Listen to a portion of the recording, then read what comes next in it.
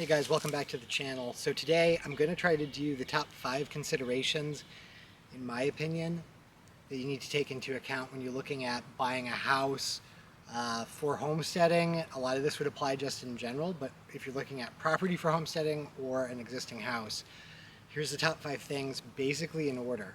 So number 1 is, in my opinion, water. So I'll show you guys, this is our well cap. It's not super impressive to look at. If I could show you the whole thing, that goes down about 350 feet. So it's a drilled well. In this part of the world, in New England, some people are actually on dug wells in some of these older properties. We've had pretty bad droughts the last couple of years, and the way this April's starting off, I think it could be the same again.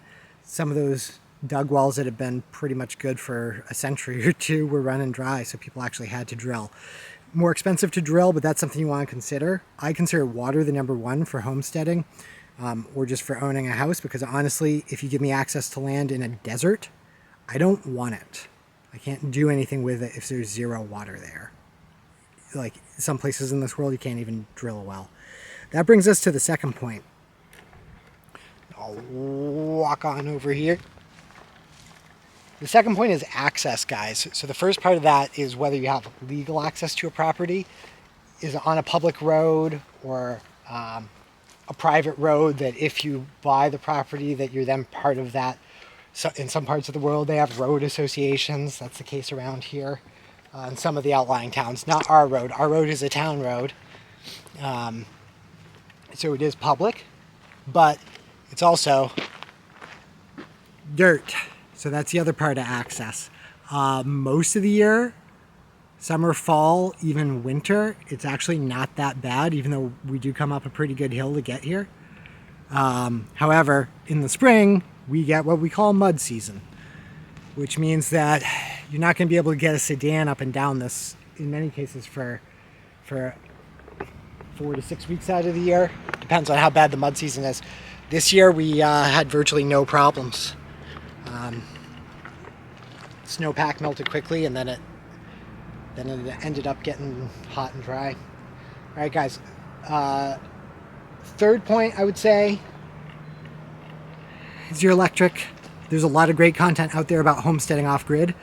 That complicates things a lot. So that's just our meter. Below that, you see we do have a generator inlet. I did talk about our generator on a previous video. Pretty critical thing to have. The eggs we're incubating probably would have not done so well if we didn't have a generator, because we lost power the day I started them, I believe, or the day after I started them. So that's a consideration. If you're on a remote property and there's not power on the street, then that's where you get into, it's a legitimate question. Is it more cost effective to bring the power in? If you have to run even a few poles these days, you're looking at probably tens of thousands of dollars. Obviously, depends on where you live, what your utility company is. In that case, if you have access, water, and you otherwise love the property, then you may need to think about, whether it's worth it to go with like an off-grid solar system. But it depends on your finances and what makes sense.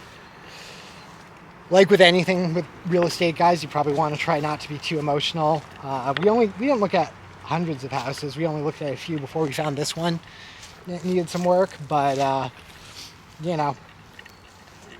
if we had jumped into one of those first few properties, I don't think we would have done as well as we did here. Fourth consideration. This is the opposite end of the water. Waste disposal. That's a candy cane for a septic tank. Basically, the septic tank comes out of that corner of the house underground. Obviously, there's a chamber. I actually put a riser on it. Obviously, depending on the size of your system and the number of people you have, it might impact how frequently you have to pump. But you do have to get the solids pumped out. It's recommended at least every 2 or 3 years. Some people might go 5 or more and not have a problem. I wouldn't recommend that. A pump for us is like $250, and a new septic system is tens of thousands of dollars. So if I spend a couple grand on extra pumps over a couple decades, and that buys me time on a new septic, that's worth it to me. And then lastly, guys, is the structure, obviously. So if you're looking at raw land, you got to consider how expensive it is to build these days, what your timeline on that is.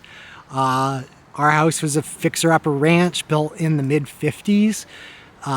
Bones were good, so definitely wouldn't get in over your head, guys, if you're dealing with major structural issues and you don't have construction experience. That's where you don't want to be emotional. It might be best to move on.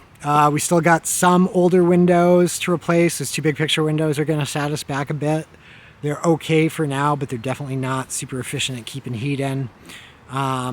With our house, it was a lot of, honestly, like I said, the bones were good, but the folks before had really messed it up with pets, basically. Carpet on both the first floor and the second story, full of cat pee. That's not that hard or expensive to fix. Just rip up the carpets. If you can do the flooring yourself, which we did, that's not that bad. But if you've got foundation problems, you got roof issues, you could be looking at a big repair bill. So I would recommend having a certified inspector look at any structure you're considering. All right, guys. Thanks. Consider liking and subscribing to the channel.